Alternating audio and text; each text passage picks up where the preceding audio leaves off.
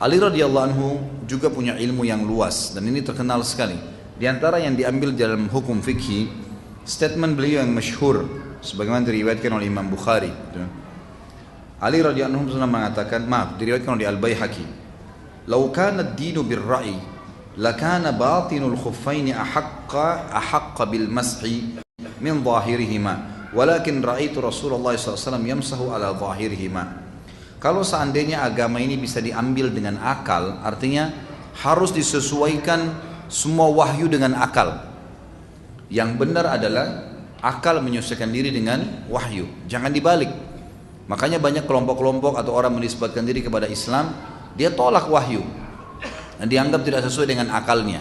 Ada orang menolak tentang azab kubur, ada orang menolak tentang adanya malaikat, ada beragam macam hal, paham-pahaman yang salah. Karena mereka mendahulukan akal dari wahyu. Yang benar adalah harus akal menyesuaikan diri dengan wahyu.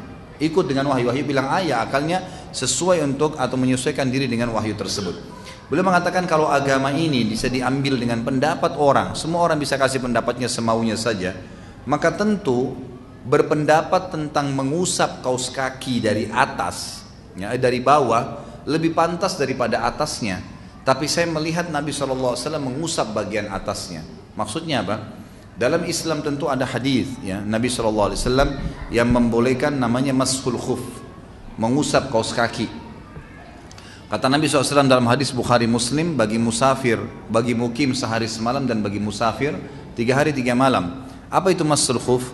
Kalau seseorang di antara kita laki-laki atau perempuan sebelum dia memakai kaus kakinya, dia sudah bersuci, sudah wudu, tidak dalam keadaan junub, ya, misal sudah mandi segar, kita sudah wudu lalu pakai kaos kaki. Sebelum pakai kaos kaki sudah wudu, ya. Pada saat batal wudunya batal karena keluar angin, karena kencing atau buang air besar. A'azzakumullah, semoga Allah memuliakan kita semua.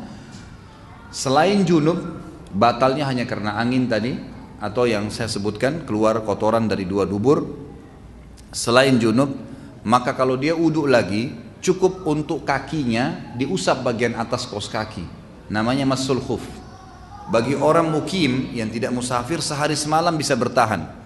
Kalau antum keluar dari pagi kantor, wudu sebelum keluar, habis sholat subuh mandi, wudu kemudian pakai kaos kaki, pulang di rumah nanti malam. Terus sholat duhur, sholat asar, sempat batal wudu, wudunya cukup mengusap kaos kaki tersebut, tidak usah buka kaos kaki lagi. Itu hukum dalam syariat kita. Kata Ali radhiyallahu anhu, kalau seandainya agama ini mendahulukan akal, orang harus siapa saja bisa memberikan pendapatnya, maka tentu saja mengusap kaos kaki itu lebih pantas bagian bawahnya daripada atasnya. Karena yang kotor bagian mana? Bawah. Tapi agama ini bukan diambil dari pendapat, memang wahyu yang menuntun, akal yang harus sesuai dengan wahyu tersebut. Kita masuk kepada poin yang terakhir dalam penutupan bahasan kita adalah Ali radhiyallahu anhu memerangi kaum Khawarij yang keluar di zaman beliau. Jadi ada 2 kelompok dalam Islam yang ekstrim sekarang, menisbatkan diri pada Islam tapi mereka keluar dari agama Islam jauh sekali. Kelompok yang subhanallah, kedua kelompok ini muncul di zaman Ali radhiyallahu anhu. Kedua kelompok ini muncul di zaman Ali.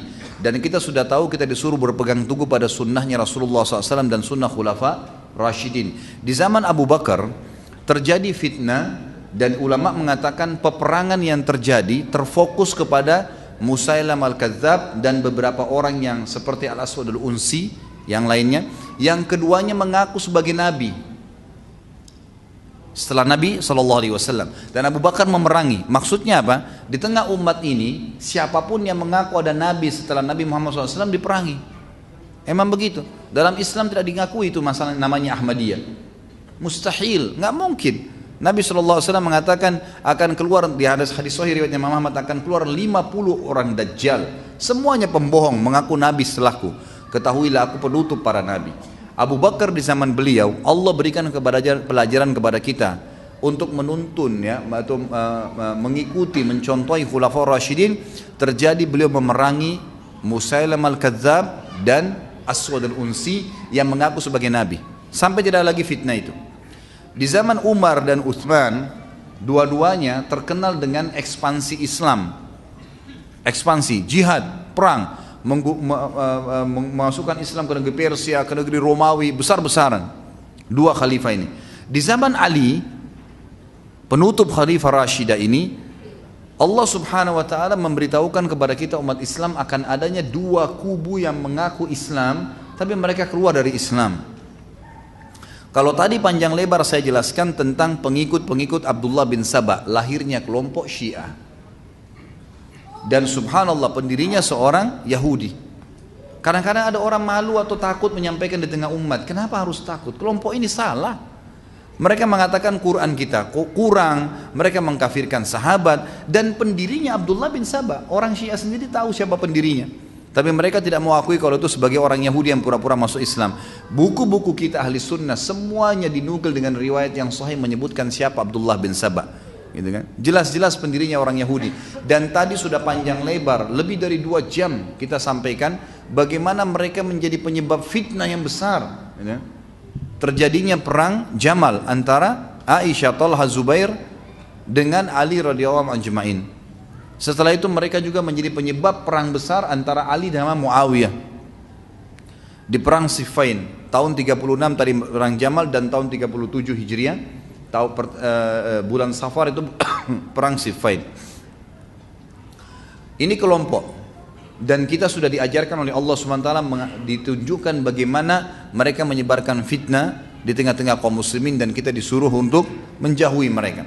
Yang kedua, dan tentu di sini Ali radhiyallahu anhu ada sedikit poin di sini, tidak membunuh, tidak mengkisos para pembunuh Utsman bin Affan pada saat beliau jadi khalifah, karena beliau masih mencari tahu siapa saja pembunuhnya Utsman bin Affan nih. Dan karena banyaknya orang pada saat itu dan terbatasnya fasilitas media, bukan kayak kita sekarang mudah untuk diketahui siapa yang melakukan, dibantu dengan fasilitas media, maka 2 tahun memimpin, kurang lebih 4 tahun, dari tahun 36 sampai tahun 40 Hijriah, Ali radhiyallahu anhu tidak mengambil hukum ini. Kata para ulama Sunni, mereka mengatakan Ali tidak mengambil kisos terhadap mereka karena Ali masih meneliti dan memastikan siapa saja pelakunya.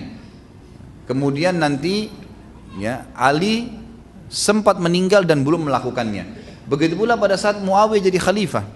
Setelah itu nanti akan ada berdiri dinasti Umayyah, kerajaan pertama dalam Islam setelah Ali meninggal radhiyallahu anhu. Maka tahun 40 Hijriah Muawiyah mendirikan kerajaan Khilafah Umayyah yang ada di negeri Syam, gitu kan. Tentu ada kisah sendiri setelah bertemu dengan pasukannya Hasan dan seterusnya, ini akan ada bahasan sendiri. Tapi yang jelas adalah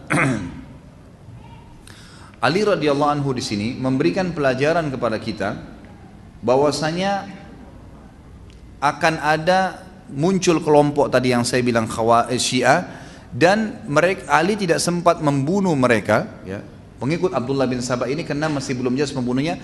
Lalu Muawiyah menuntut juga agar Ali menangkap pembunuh Utsman dan membunuhnya. Juga pada saat jadi khalifah tidak bisa menangkap.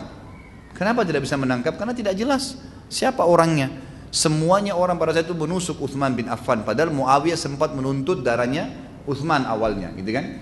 Karena Utsman setelah jadi khalifah pun tahu bahwasanya apa yang Ali ambil keputusan memang tepat. Ali radhiyallahu anhu membiarkan sampai ada kepastian, dan memang satu persatu dikisos akhirnya.